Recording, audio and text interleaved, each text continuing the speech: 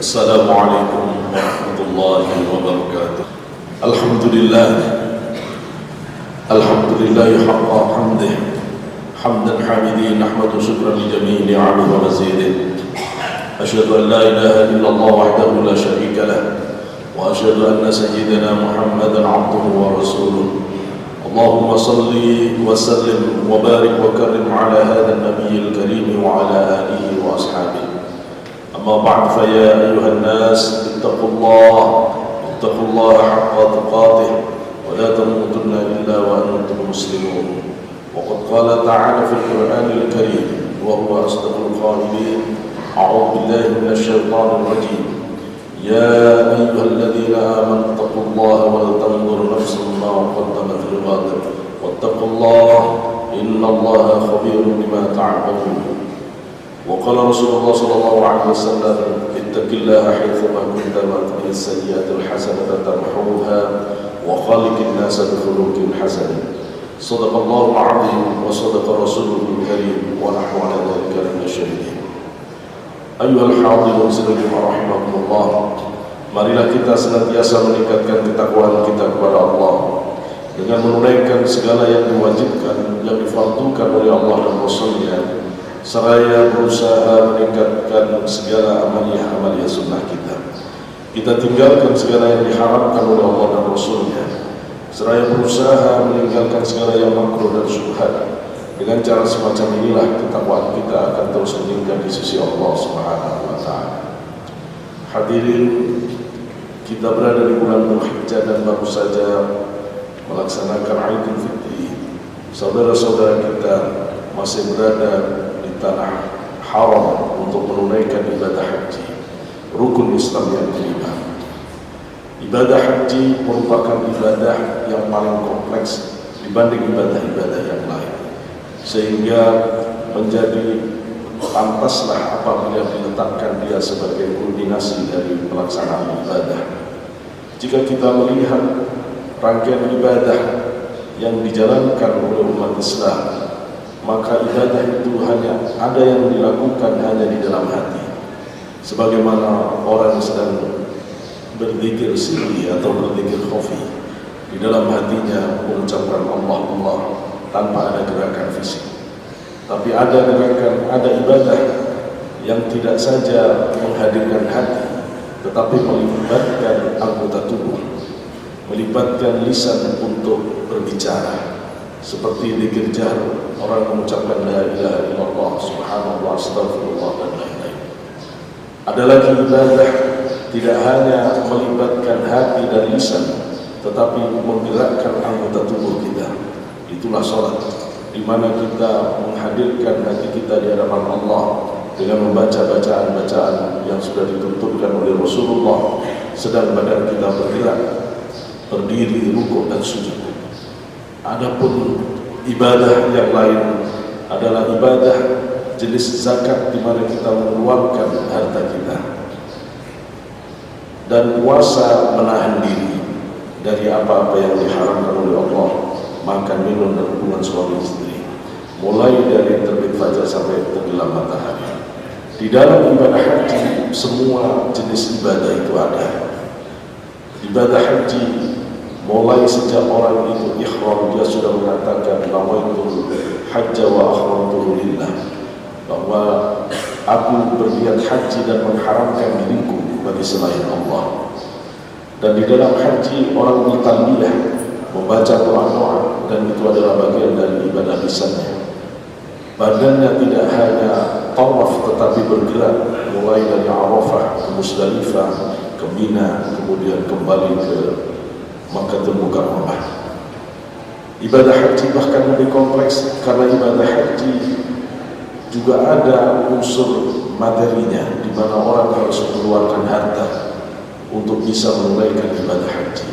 Tetapi di dalam ibadah haji ada sistem organisasi yang tidak ada di dalam ibadah-ibadah yang lainnya. Ibadah haji akan berkaitan langsung dengan persoalan orang lain, bersosialitas, dalam konteks batin yang terus menyandar kepada Allah Subhanahu wa Ta'ala. Mulai dari tanggal 9 Arafah sampai tanggal 12 Dzulhijjah apabila mengambil nafal awal, atau tanggal 13 Dzulhijjah apabila mengambil nafal tsani, maka orang itu terus batinnya hanya untuk Allah, dia mengharamkan dirinya untuk selain Allah. Maka pantas kalau haji kemudian diletakkan sebagai ibadah yang paling istimewa. Setidaknya orang yang beribadah haji harus memiliki 3 hal. Yang pertama, kesadaran taubatan nasuha. Yang kedua, refleksi cinta dan pengorbanan, cinta kepada Allah dan pengorbanan semata-mata niat karena Allah untuk kemuliaan manusia. Dan yang ketiga adalah hati yang senantiasa berzikir kepada Allah. Taubatan nasuha harus diraih oleh mereka yang berhaji manakala mereka telah mendiami Arafah, karena sesungguhnya Arafah dihadirkan oleh Allah di dalam haji karena Allah menghendaki semua anak Adam menapak tilasi spiritualitas Nabi Adam. Kita tahu sebagaimana dijelaskan oleh Syekh Abdul Qadir Al-Jilani dalam kitab Al-Munyah bi Tariqil Haq, mengutip dari penjelasan Wahab bin Munabbih, bahwa Nabiullah Adam ketika diturunkan ke bumi saat melakukan kesalahan memakan buah yang dilarang oleh Allah, Adam diturunkan di Sarotip, Sri Lanka, India, sedangkan Ibu Hawa diturunkan di Jeddah. Iblis dan hewan yang dipakai iblis untuk masuk ke surga sejenis onta diturunkan di Irak. Adam menangis berhari-hari. Pada hari ke-7 atau ke-6 Allah kemudian menegur Adam, "Kenapa kamu menangis wahai Adam?" Adam mengatakan, "Wahai Allah, siapa yang tidak susah? Aku berada di tempat yang hina setelah berada di tempat yang penuh kemuliaan, penuh kenikmatan." Maka Allah memarahi Nabi Adam dengan mengatakan, "Siapa yang tidak kecewa kepadamu? Kamu aku ciptakan dengan kekuasaanku sendiri. Aku tinggikan dari seluruh makhlukku. Aku muliakan dari semua makhluk. Bahkan seluruh malaikat aku suruh sujud kepadamu. Aku izinkan memakan apapun yang ada di surga kecuali satu saja. Jangan kamu dekati, ternyata kamu melanggarnya." Maka Allah bersumpah, "Fa wa'izzati wa jalali law muli'atil ardu rijalan kullahum islam ya'buduni al-laila wan nahara wa la yaftaruna tarfata 'ainin thumma innahum 'asuni la anzaltuhum manazil al-'asin." Demi keperkasaan dan keagunganku, seandainya muka bumi ini dipenuhi oleh orang-orang yang seperti kamu, senantiasa beribadah, tidak ada putus-putusnya siang malam, sekejap mata pun, tapi pada akhirnya dia berani melakukan dosa dan kesalahan, pasti aku jatuhkan orang itu kepada kelompok berdosa. Maka Adam menangis sejadi-jadinya. Dalam catatan Ibnu Katsir di kitab Bidayah wa Nihayah, Nabi Adam tidak diampuni oleh Allah selama 70 tahun susah karena diturunkan dari surga ini. Sedangkan Imam Ghazali dalam kitab Minhajul Abidin menyebut 200 tahun.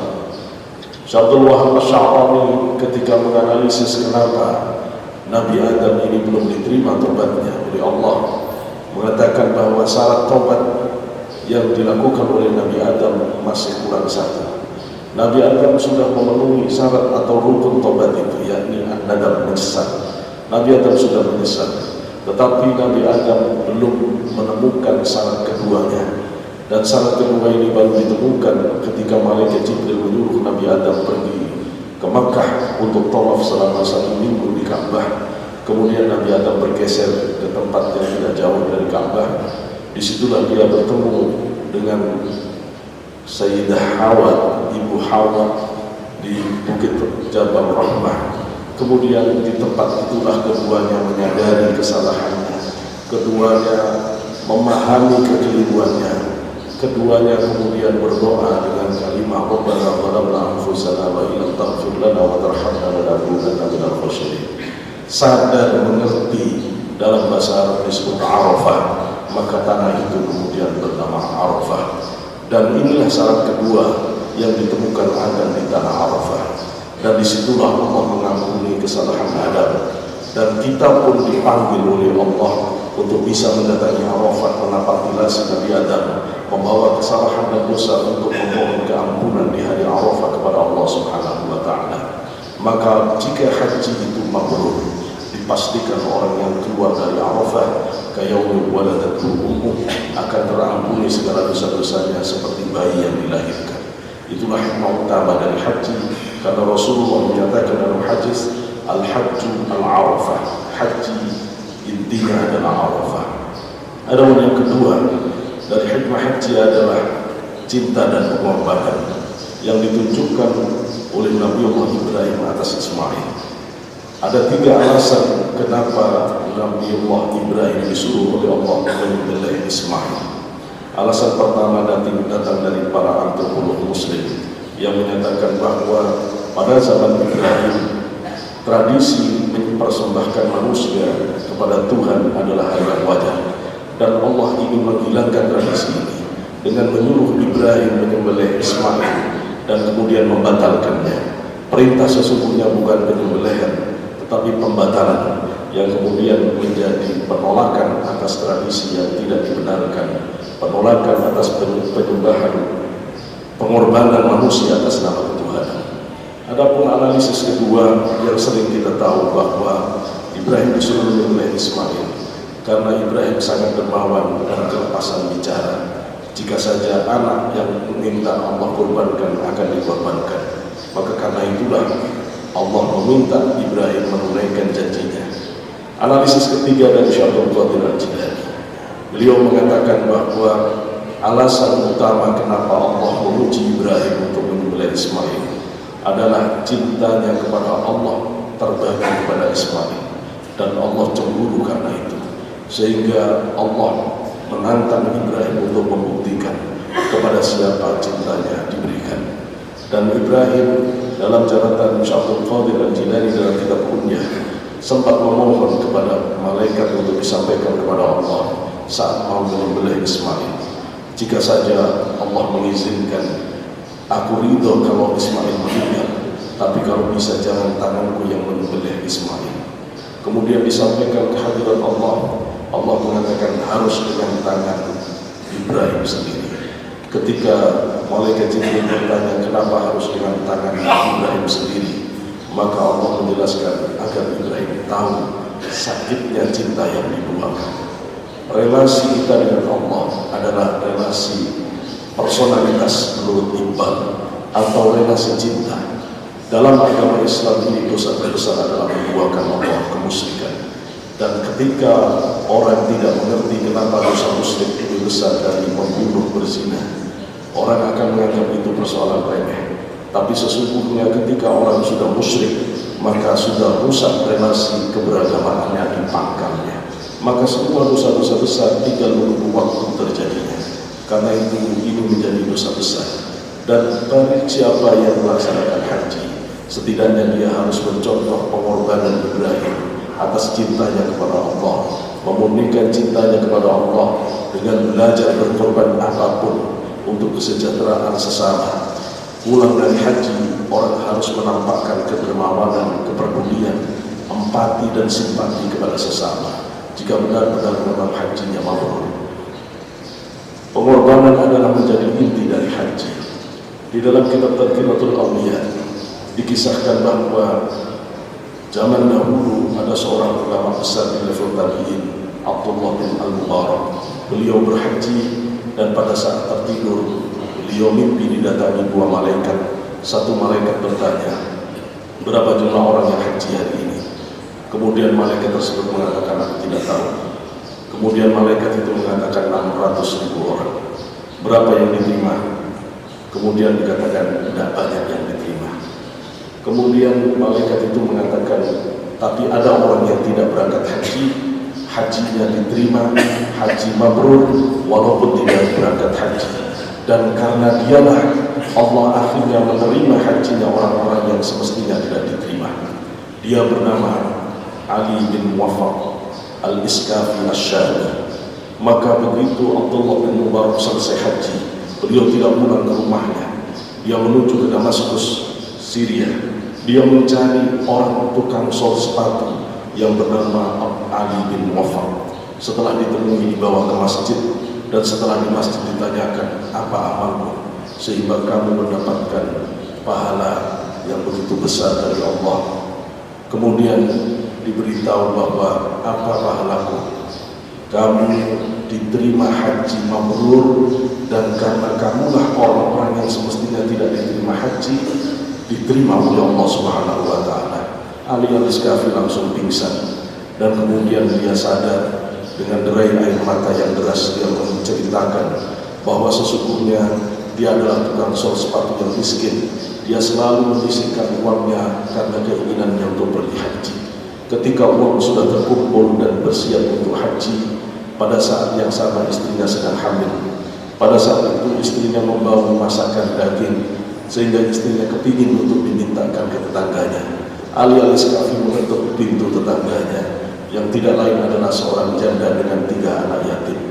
Pada saat itu Ali meminta agar diberikan sedikit saja makanan. Janda itu mengatakan, dengarkan dulu ceritaku. Apabila kamu sama keadaannya dengan aku akan ambilkan. Tapi jika tidak, pergilah dari kamu, karena makanan ini halal bagi aku, haram bagi kamu. Maka diceritakan oleh janda bahwa suaminya telah meninggal, dan semua perbekalan dari suaminya sudah habis seminggu yang lalu. Anak-anaknya sudah 3 hari tidak makan, hanya meminum air saja, sehingga sampai pada kesimpulan sudah waktunya boleh makan yang haram. Maka dia mengambil daging dari bangkai domba dan dimasaknya. Ali Al-Iskafi melihat cerita ini, dia langsung berputar balik ke rumahnya. Dia tampar pipinya. Dia bersumpah kepada Allah, demi Allah, hajiku tidak di Mekah, hajiku di sini. Diambil semua hartanya, diberikan kepada janda itu. Kemudian dikatakan, wahai janda, ini untuk kamu, pakailah untuk usaha dan mencukupi kebutuhan anak. Sungguh penderitaan yang berat dari Al-Iskafi, yang menunggu dalam waktu yang lama mencicil untuk haji. Tapi ternyata pada saat dia akan berangkat haji, Allah uji dengan tetangga yang sangat membutuhkan. Beliau lebih memilih menolong tetangga daripada egoisme spiritual haji. Maka inilah yang membuat Allah ridho kepada Al-Iskafi. Justru dia mendapatkan pahala haji mabrur, padahal dia tidak pergi ke Mekah. Dan dialah yang bisa membuat Allah memberikan rahmatnya kepada orang-orang yang semestinya tidak diterima hajinya meskipun ke Mekah. Ali Al-Iskafi menjadi contoh. Mungkin kita tidak mampu untuk senantiasa pergi ke Mekah karena urutan haji yang begitu lama, atau karena keterdesakan ekonomi.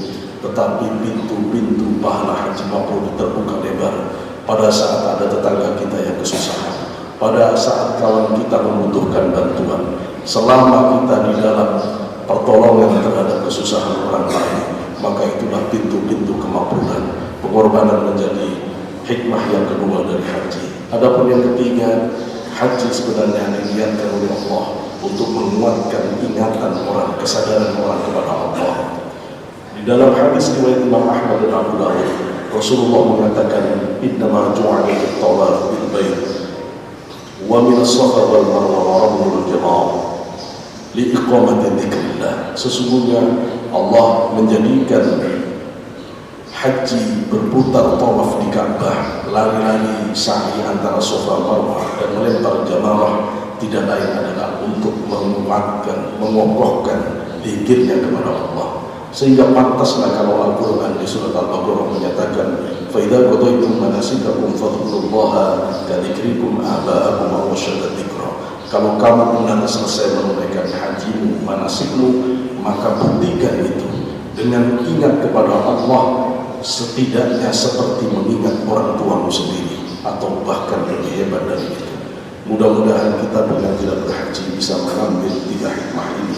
Belajar untuk taubat dan nasuha, mencintai Allah sungguh-sungguh dan berkorban untuk kesejahteraan orang lain. Dan yang ketiga, berzikir kepada Allah. A'udzubillahi minasyaitonir rajim. Bismillahirrahmanirrahim. Inna a'tainakal kautsar fasholli lirabbika wanhar inna syani'aka huwal abtar. Barakallahu lana wa lakum fil Qur'anil 'azim wa nafa'ana wa iyyakum bima fihi minal ayati wal dhikril hakim. Wa taqabbal minni wa minkum tilawatahu innahu huwal ghafurur rahim. Aqulu qawli hadha fastaghfirullahal 'azim li wa lakum wa lisa'iril muslimin fastaghfiruhu innahu huwal ghafurur rahim. Allahumma سيدنا محمد وعلى آل سيدنا محمد.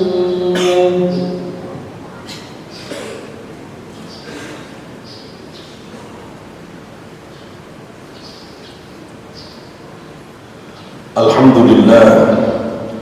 لله الذي نور قلوب الخاشعين بنور الأنوار وزين صدورهم بسر الأسرار وألطف أحلامهم بإحداث الأبرار. أشهد أن لا إله إلا الله الواحد القهار وأشهد أن سيدنا محمدا المصطفى المختار. اللهم صل وسلم وبارك وكرم عليه وعلى آله وأصحابه الأطهار.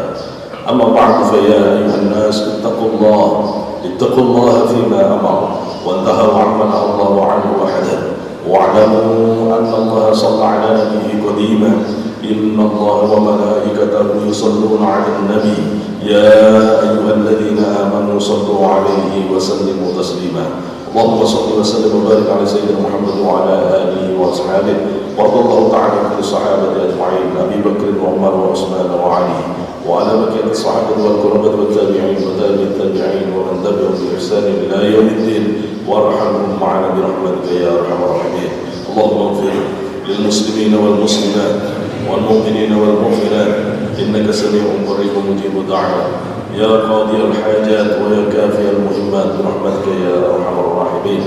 اللهم ادفعنا الغلاء والبلاء والوباء والفحشاء والمنكر والزلازل والميح من بلدنا هذا خاصة ومن بلدان المؤمنين عامة يا رب العالمين. اللهم انصر إخواننا الذين المجاهدين في فلسطين ودمر أعداء أعداء الدين. ربنا آتنا في الدنيا حسنة وفي الآخرة حسنة وقنا عذاب النار. سبحان ربك رب العزة عما يصفون وسلام على المرسلين والحمد لله رب العالمين.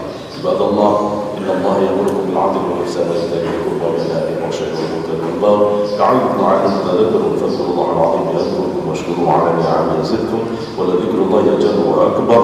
أقيموا الصلاة.